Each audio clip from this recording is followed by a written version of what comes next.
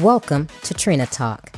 This is the podcast where guests share their stories of pursuing their passions, living a fulfilled life, and empowering others. Each week, I talk with inspiring leaders, business owners, and people with amazing stories from around the world in unscripted conversations as they share their successes and failures. This podcast is all about empowering you to keep striving in your personal and professional life. I am your host, Trina L. Martin. Hey, welcome to another episode. If you're listening, go ahead and go out and subscribe so that you won't miss any future episodes.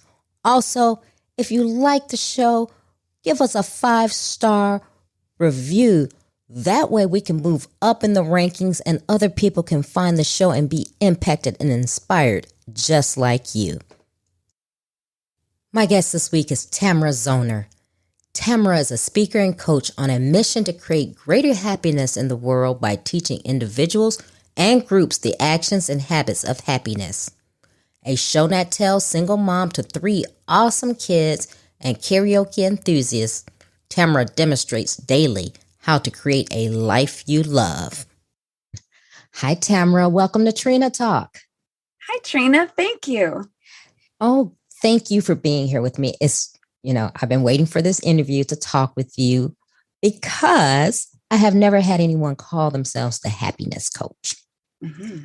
So how I start the show off every show, I ask my guests to tell the listeners who you are and what made you the Tamara that you are today.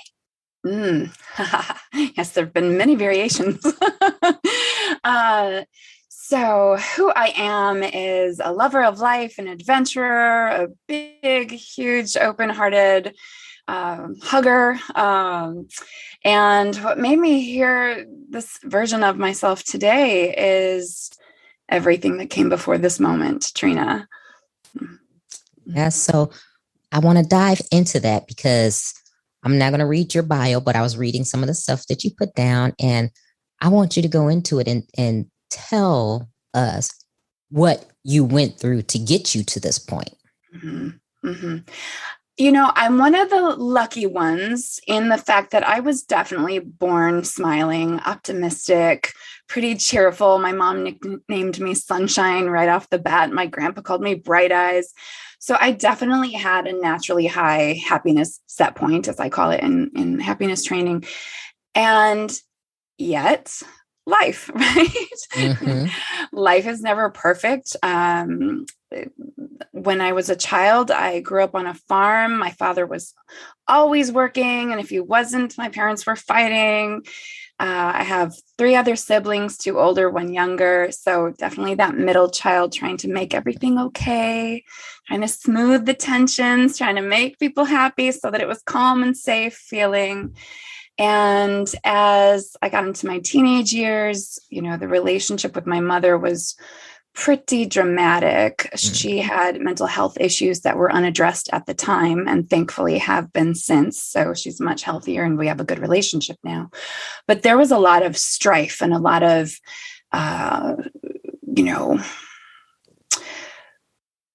emotional, verbal abuse. Mm-hmm. And it took a lot of strength to kind of not believe what I was being told. And some of it seeped in, of course, because it's just what happens. And so, of course, I got out of the home as soon as I could. I went away to college and started to figure out who I am and started to play with aspects of myself outside of my upbringing, outside of Catholicism, which I was raised in and rejected for the most part as soon as I could, and really discover like, who is Tamara, right? Away from the people who are telling me who I am. And that was an amazing, enlightening experience. And I started to gain confidence and I started to explore and I started to get into psychology and human development. And then I had a pretty traumatic breakup, which tailspinned me. And so I thought, well, I'll take a semester off. And then I moved from the school I was going to the west side of Michigan, which is a very religious area. And soon after, I met the man that would become my husband. And any progress I had made in my confidence was erased that much and more in my marriage. My ex-husband now, thankfully, is a very controlling person. If you wanted to label it, you could call it narcissism, which is a buzzword. Just someone who can't really look at their own self with any awareness or growth. And here I was, this person who was typically a really good influence on people and couldn't make a dent, and really didn't know him when we got married. It was a definite, like, sweep you off your feet. Met him, married him 6 months later, moved across the world a few months after that, and then was isolated from family and friends, starting fresh with this person I barely knew. And yet it was the programming that you're supposed to do, right? This is the path. Oh, I got married. So next step, have kids.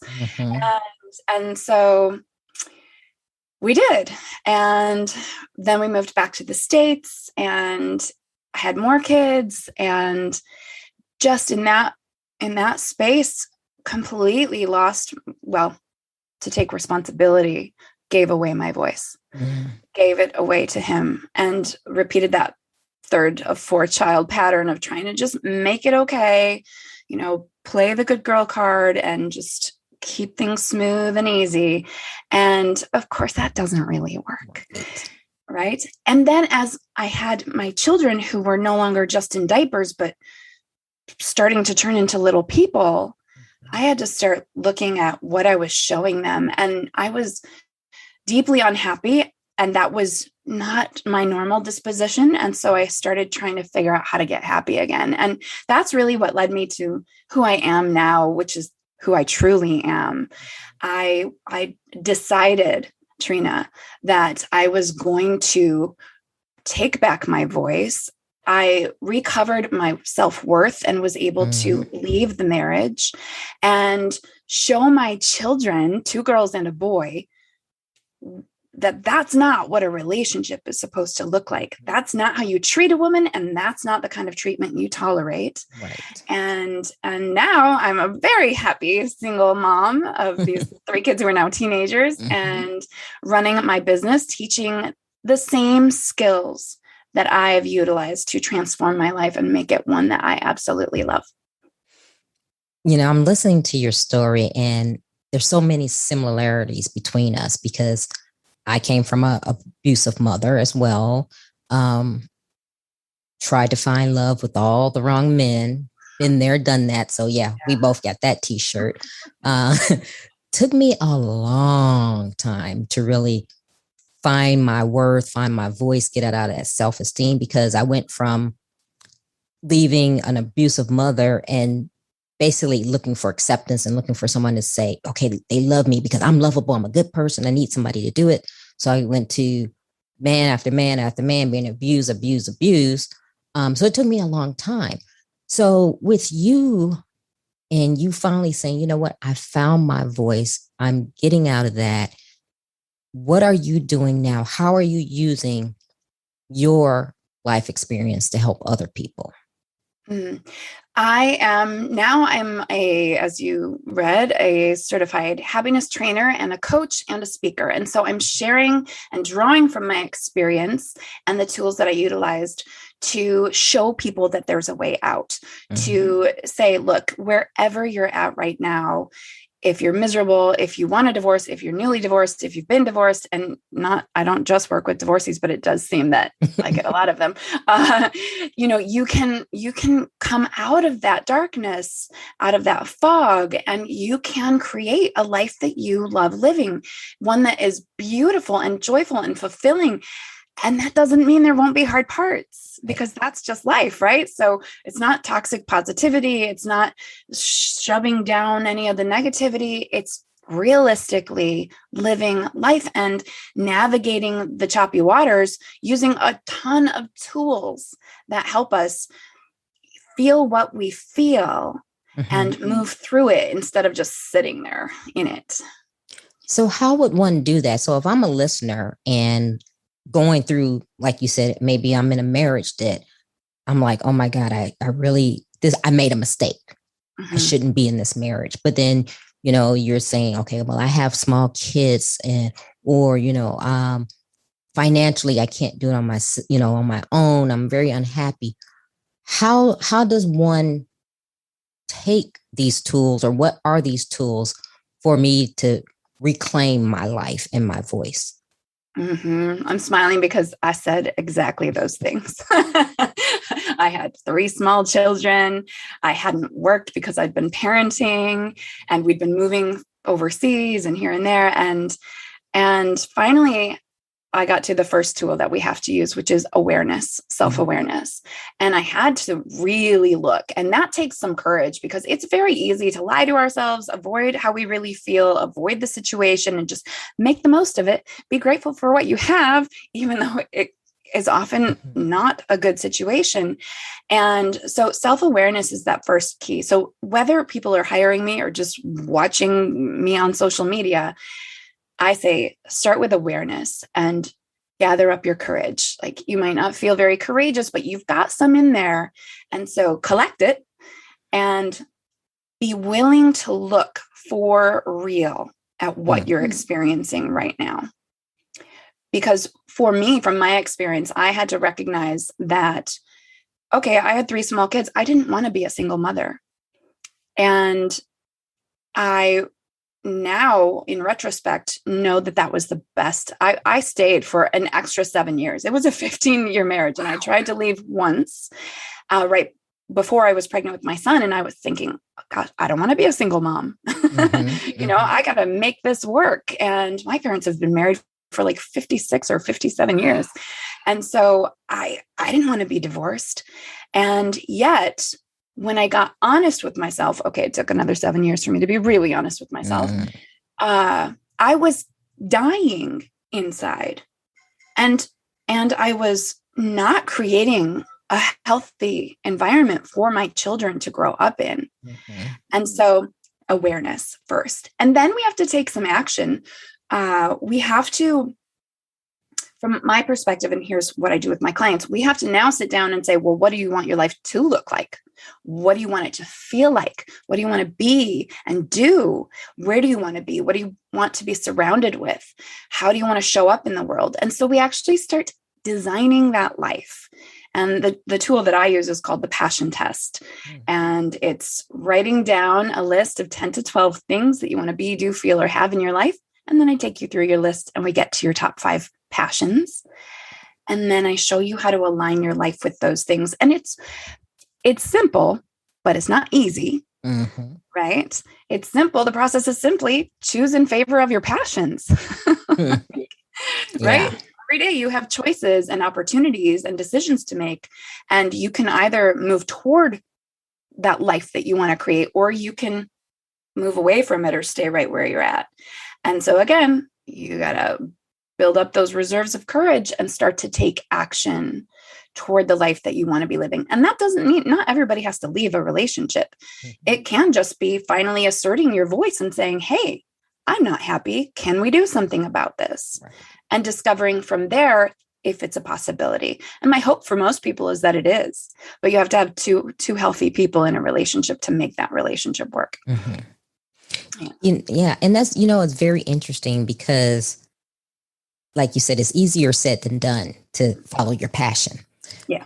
Because your passion may be something that doesn't pay the bills, or your passion may be something that's not realistic as far as sustaining you. And when someone is really trying to revamp their life and get to where they need to do, we need to survive, right? Passion is great, but we all got bills to pay, we got mouths to feed and things like that. Let me clarify passion, Trina. Yes. It isn't just your livelihood, and often it isn't that at all. It is, for instance, someone's passion may be that I show up confidently in my life and speak my truth. Someone's passion may be I feel healthy and energetic in my body. Someone's passion may be I have a happy, harmonious family life. That was one of mine. Someone's passion may be that I work in an environment where there's a team feeling and we foster each other's growth. So, it doesn't just have to be, oh, I live my passion. And then it's also redefining, passion and purpose are closely linked. Right. And it's redefining how you live your passion. So if my passion or my purpose is to inspire people to live their best lives, which it is, right? I can still do that, whether I'm the clerk at my grocery store, the trash collector, the bank teller, the CEO of a company, a motivational speaker, a podcaster. I can do that no matter how, because it's not the what, it's just how I'm showing up in my life. So if I make one person smile, that might be living my passion each day. And I'm so glad you clarified that, because a lot of people do think, well, when you say passion, it has to be something grand, right? It has to be something grand that's, oh my God, I'm going to save the world with this. But you're right. It could be something just simple as, I want to have peace in my life. Yes. Yes. And because that was always my big thing, is I just want peace, and so many times people say, well, oh, if I had money, or if I had this, or if I had that, and not realizing that those things are not what's going to make you happy. So Right. I'm very glad you defined that. Now, when you're working with people, and the first thing that came to my mind was, and I don't know why, but women who have been abused physically, mentally, things like that really need someone to help them find themselves again. Do you work with any people like that? Do you have a certain demographic of people that you work with? How would one come about coming to you?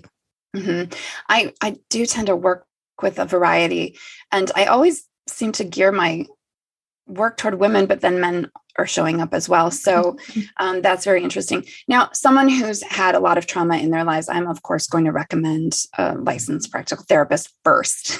Yeah. And coaching can work well in conjunction with that, because there can be a lot of old trauma that needs a different skill set, right? So I typically work with someone who has done some work if they've had trauma and is ready for their next step, or people who have little t traumas, right? Little t trauma is fine, no problem. Who are finally ready to tell themselves the truth about their lives and their experience and do something about it. People will talk to me and they might think they want coaching, but they're not really ready for it. Right. I'm not gonna grab your hand and pull you. Meet me halfway, and then I'll show you how to move forward. But you have to do the work yourself. Right. I can't do it for you. So I work with people who are ready to do the work. I work with, typically it seems to be midlife, which is a pretty wide range, right? Mid 30s to anywhere up to early 60s, typically. Though I've given the passion test to a 75-year-old, and I've done coaching with 20-year-olds. So there's a range, but typically it is that adult person who is finally waking up from that programmed pathway that they thought they had to live, and then is like, what the hell is this? I'm not happy. Why did I do all these supposed to do's? And now here I am, and I hate my life, and I hate myself. And so I work with a lot of people on self-esteem and self-love, and no matter where you're coming from, we go through that, because most people, frankly, do struggle with self-esteem and self-love and their relationship with themselves. And so that's where we start, the relationship with yourself, because until you have respect for you, no other relationship is going to, you can't fill a void, right, with somebody else. You have to, I read a quote just yesterday, and it said, there isn't any part of you that can't be fixed by what's right with you. So there's nothing wrong with you that can't be fixed with what's right with you. And I thought that was so beautiful, because we're not really broken. we are whole, and we just have to uncover. It's like digging out of the dirt that's been layered on us and layered over us all of our lives, all the supposed to's and shoulds, and doing what our family thinks, is best for us, instead of going, hey, wait, I am me. Right. And I get to say what's right for me. Oh, man. I love that. And I wish I had someone like you when I was going through my 20s and 30s, because I had someone ask me that question, like, what would you tell your younger self? And my answer is always be true to yourself and that you are enough. Yeah. Oh, gosh. That right there is the core belief that we all need. Because it's typically the opposite, right? Right.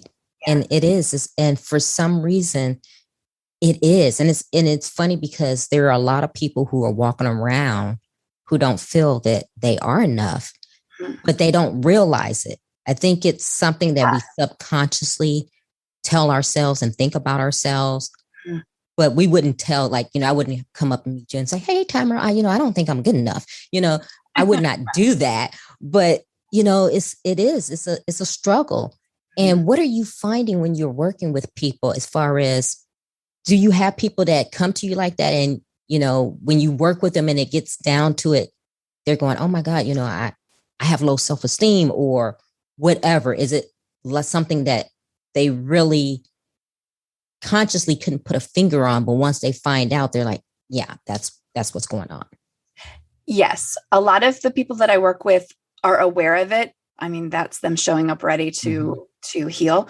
And some people wouldn't call it that, but it shows up in how they're living their lives. It shows up in how they hate their job, but they're not willing to go for another one. Yeah. Or their relationship is good enough, but it's not really what they want. Yes. And so that's how it shows up when you're settling.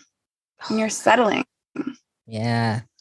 Yeah. That word. Yeah. I've done that several times. And yeah, me too. It's like, why did I settle again? Yes.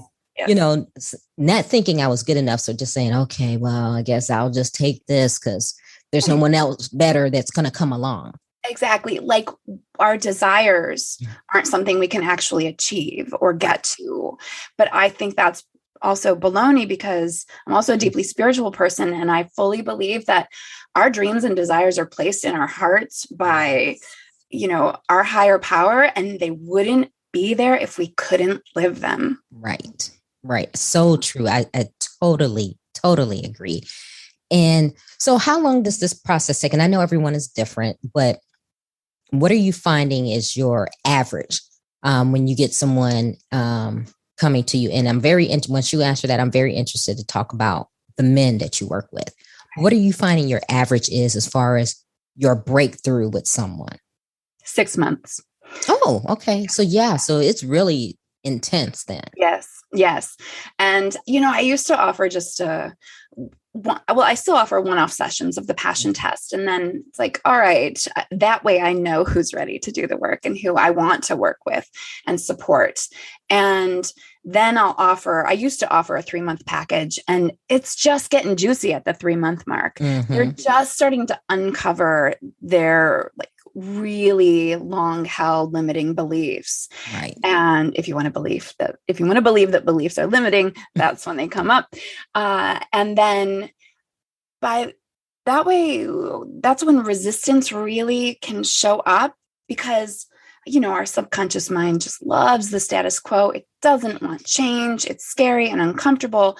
And so that's the point where people need to be held in accountability and say, this is what's happening for you right now. You're uncomfortable, you're miserable, crap's happening out externally because you're making changes, not just out here, but in here. You're shaking the foundation, and that's a good thing, because it needs to be cracked open so you can lay a new one. Wow.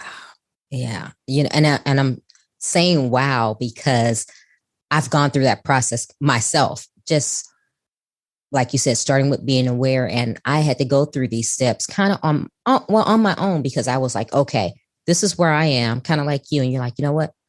I need to find my voice and reclaim my life. So I did this step probably like you did, you know, when you were going through your thing where you finally came out of it.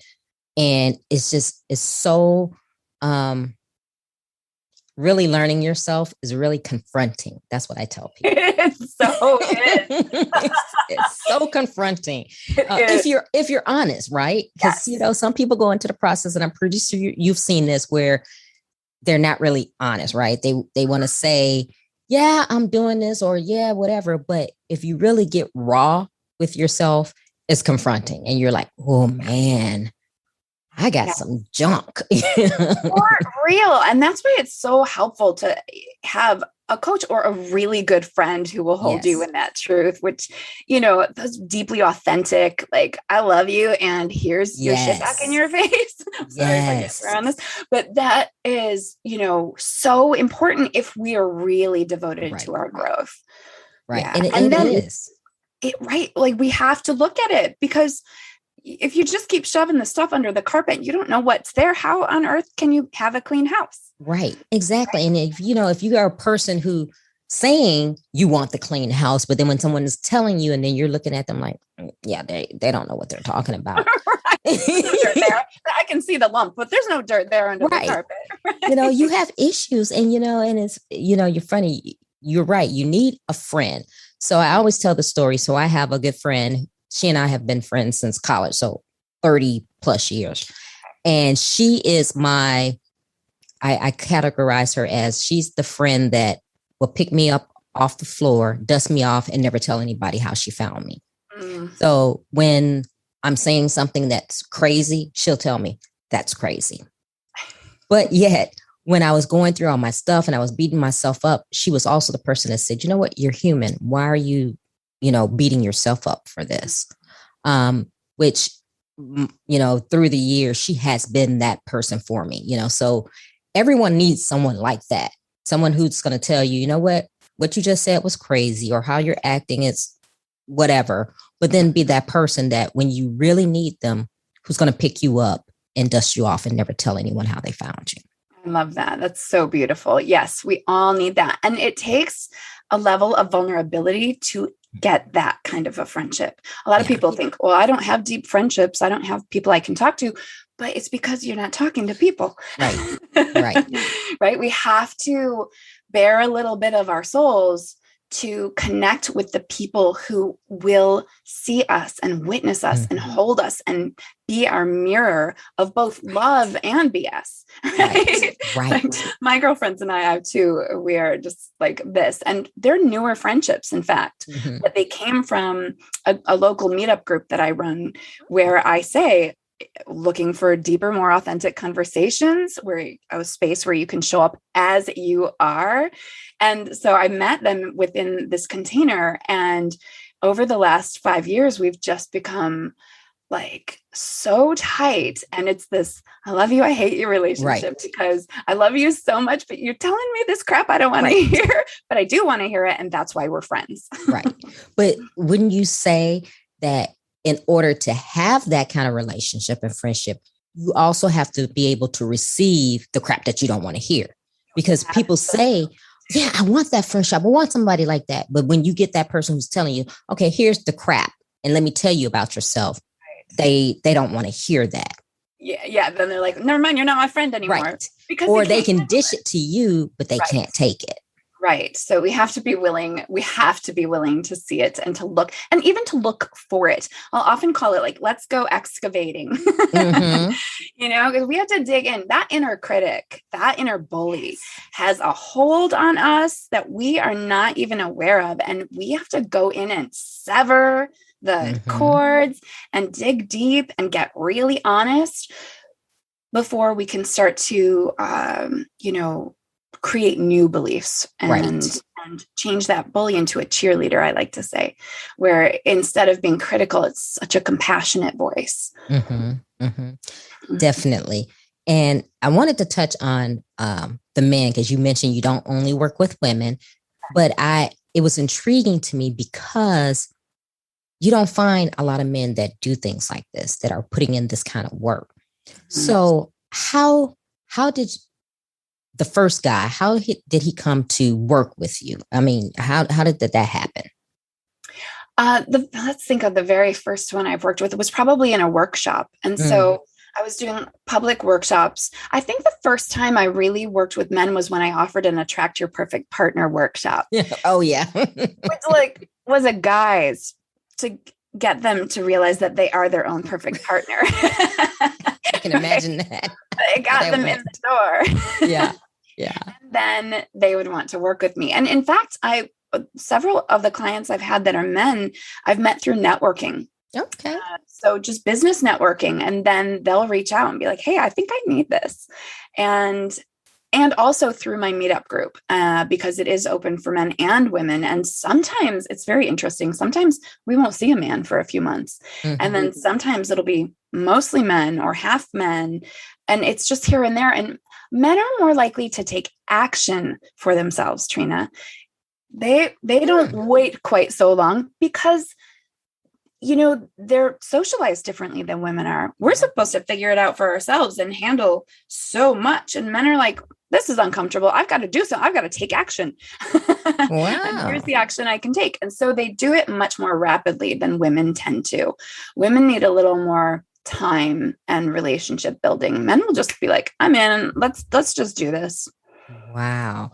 So with you saying that, is that the reason why in the workplace and just in general, men show up differently than women? Because, like we are, we're like the thinkers, we analyze everything. Well, why did that happen?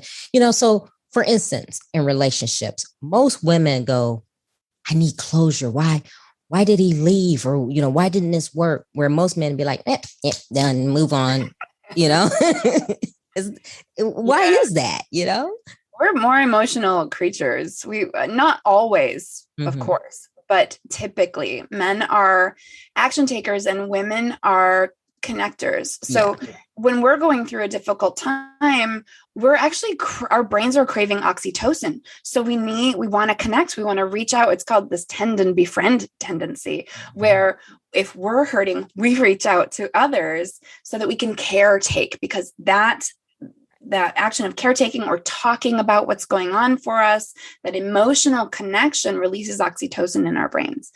Whereas when men are going through emotional stuff, which they of course do, they don't have that same need for oxytocin. Their brains are wired differently. And so they go and fix something.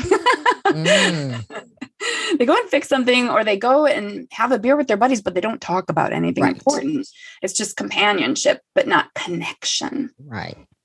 So do you like working with the men as opposed to the women? I actually do really enjoy. I love working with both, and it's just different.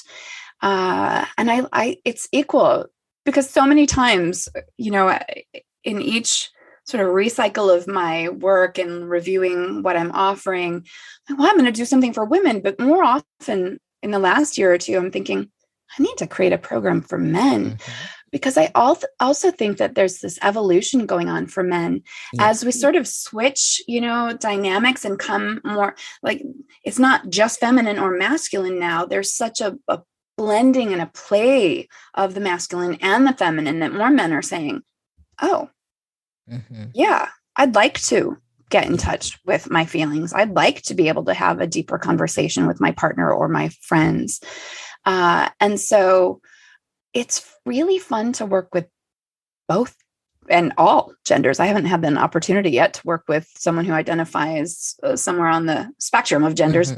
But men and women are just so uniquely wired that it's fun to work with both. Yeah.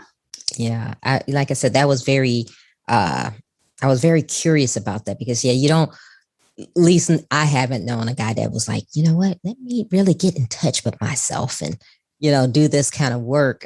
So it's very interesting, but it's good. And that lets me know that they are aware of themselves and that they do need to do some deep diving. So that is a good thing.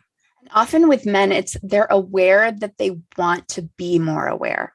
So women come with that full awareness of like, I have these negative patterns and I'm beating myself up. Men come with this, like, I really can't connect emotionally. And I know that that's how I was raised. And I want to shift that.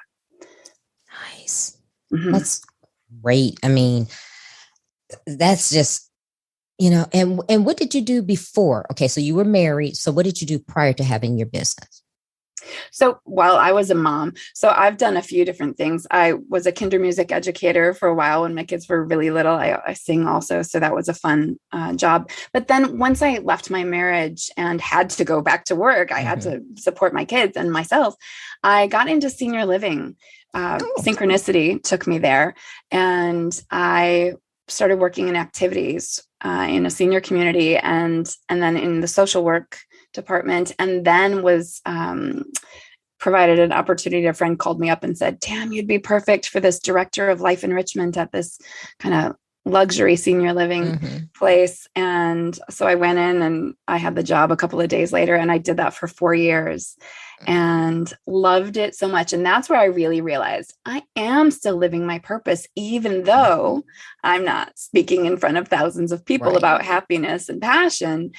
I am impacting lives every single day. And it was only after the pandemic that I actually just decided I need to take this on a bigger, broader scale. More people need my help. Wow. Very interesting. All right, Tamara. So we're going to go into the questions. Are you ready? I'm a little nervous. I know I scare everyone when I say that. Everybody's like, okay. Okay, here we go. Who or what motivates you? My children. Good. What demotivates you? Cold days and snow. Yeah. When was a time that something was said or done to hurt you, but it worked for your good? 15 years of marriage to my ex-husband. Didn't motivate me at first, but then it totally did. And the self-awareness and the gifts of that marriage far outweigh the pain. I'll take it again any day. What is your fear? My fear is that my children won't step into their own courage and create lives they love. But I think it's an unfounded fear. Yeah, I think so. Is there a time when you wish you had done something that you didn't? Yes. I originally wanted to be a Broadway star, and I chickened out and switched majors from theater to family studies and human development. And part of me, not all of me, still wishes I had gone for it and gone to New York and tried to get on the big stage. Yeah. Is there a time that you wish you had not done something? I have this devotion to being grateful for everything that's happened and saying it's all for me. And so I do not carry regret because I know I'm exactly where I'm meant to be. So no, there's nothing. Oh, wow. What is your definition of success? Having peace in your body and your heart and having joy every day. How do you recharge? Hot baths, good books, hugs and cuddles and laughter with my kids, yoga and meditation. What are you awesome at besides making people happy? Well, hugging, but also karaoke. Oh, really? Oh, my goodness. What legacy do you want to leave? Love. I want to leave a legacy of love, and I want people to know that their dreams are possible. And if I leave behind me one person saying she went for her dreams, I can go for mine, then I will have lived a beautiful life. Wow. So Tam, tell the listeners how they can connect with you if they need some happiness coaching. Give us the whole scoop. Okay, the whole scoop. I have a very unique name, so you can Google me. And my website is alifeyoulovenow.com. because I want you to love your life now, not 10 years from now. And I'm on Instagram, Tamara Zoner. I'm on Facebook, Tamara Zoner. And if you have listeners who happen to be local to the Detroit metro area, my meetup is called Create a Life You Love. And so they can find me there too and connect in person. And even through the pandemic, we have been meeting in person where we can physically distance while socially connecting. That is awesome. Actual meetup group. So you guys hear that? If you're in the Detroit area, you have a meetup group that you can go and meet some people, meet Tam, and learn all the tools and principles. Wow. Thank you, Tam, for being on Trina Talk. It has been a joy, and this has been a pleasure speaking with you. Thank you. It's been so much fun. I love talking about happiness, so I could do this all day. In fact, I do. Yeah. I want to thank my guests for being on the show, and I want to thank you for listening. I hope you enjoyed the show, and don't forget to tune in next week.